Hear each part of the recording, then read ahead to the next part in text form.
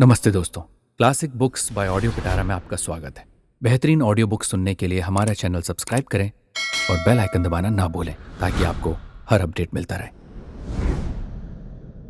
Audio पिटारा प्रस्तुत करता है मेपल प्रेस द्वारा प्रकाशित बुक्स, जिन्हें सिर्फ मनोरंजन के उद्देश्य से रिकॉर्ड किया गया है। ये कहानियां शिक्षाप्रद और मनोवैज्ञानिक सिद्धांतों पर आधारित हैं, लेकिन इनका उद्देश्य किसी भी नैतिक या सामाजिक संदेश को प्रचारित करना नहीं है। ऑडियो पिटारा इसके लिए किसी भी प्रकार की जिम्मेदारी नहीं लेता है। प्रत्येक श्रोता या सुनने वाले को सलाह दी जाती है कि वे इन कहानियों को सिर्फ मनोरंजन के लिए ही सुने और नैतिक और सामाजिक दृष्टिकोण से अपनी विवेकशीलता के संदर्भ में समझें। सादत हसन मंटो का फसाना। शेर आया दौड़ना। ऊंचे टीले पर गडरिए का लड़का खड़ा दूर घने जंगलों की तरफ मुंह किए चिल्ला रहा था। शेर आया दौड़ना। बहुत देर तक वो अपना गला फाड़ता रहा। उसकी जवां बुलंद आवाज बहुत देर तक फिजाओं में गूंजती रही। जब चिल्ला चिल्लाकर उसका हलक सूख गया तो बस्ती से 2-3 बूढ़े लाठियां टेकते हुए आए और गडरिए के लड़के को कान से पकड़कर ले गए। पंचायत बुलाई गई। बस्ती के सारे अक्लमंद जमा हुए और गडरिए के लड़के का मुकदमा शुरू हुआ। फर्दे जुर्म ये था कि उसने गलत खबर दी और बस्ती के अमन में खलल डाला। लड़के ने कहा, मेरे बुजुर्गों, तुम गलत समझते हो। शेर आया नहीं था, लेकिन इसका ये मतलब नहीं है कि वो आ नहीं सकता। जवाब मिला, वो नहीं आ सकता। लड़के ने पूछा, क्यों? जवाब मिला, महकमाए जंगलात के अफसर ने हमें चिट्ठी भेजी थी कि शेर बूढ़ा हो चुका है।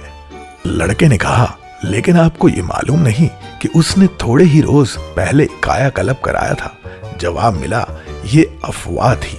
हमने महकमाए जंगलात से पूछा था और हमें ये जवाब आया था कि कायाकल्प कराने की बजाय शेर ने तो अपने सारे दांत निकलवा दिए हैं, क्योंकि वो अपनी जिंदगी के बकाया दिन अहिंसा से गुजारना चाहता है। लड़के ने बड़े जोश के साथ कहा, मेरे बुजुर्गों, ये जवाब झूठा नहीं हो सकता। सब ने बैक जबान होकर कहा, कतईन नहीं, हमें महकमाए जंगलात के अफसर पर पूरा भरोसा है, इसलिए कि वो सच बोलने का हलफ उठा चुका है।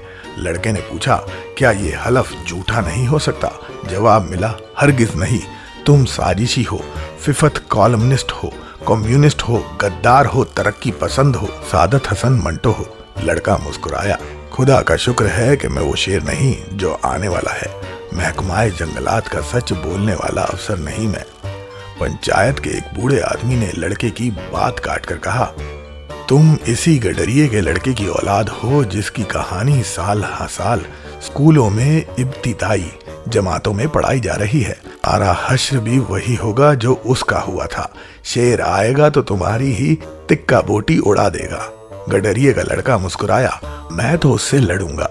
मुझे तो हर घड़ी उसके आने का खटका लगा रहता है। तुम क्यों नहीं समझते हो कि शेर आया वाली कहानी जो तुम अपने बच्चों को पढ़ाते हो आज की कहानी नहीं है। आज की कहानी में तो शेर आया का मतलब ये है कि खबरदार रहो, होशियार रहो। बहुत मुमकिन है शेर के बजाय कोई गीदड़ ही इधर चला आए, मगर इस हैवान को भी तो रोकना ही चाहिए। सब लोग खिलखिलाकर हंस पड़े। कितने डरपोक हो तुम, गीदड़ से डरते हो?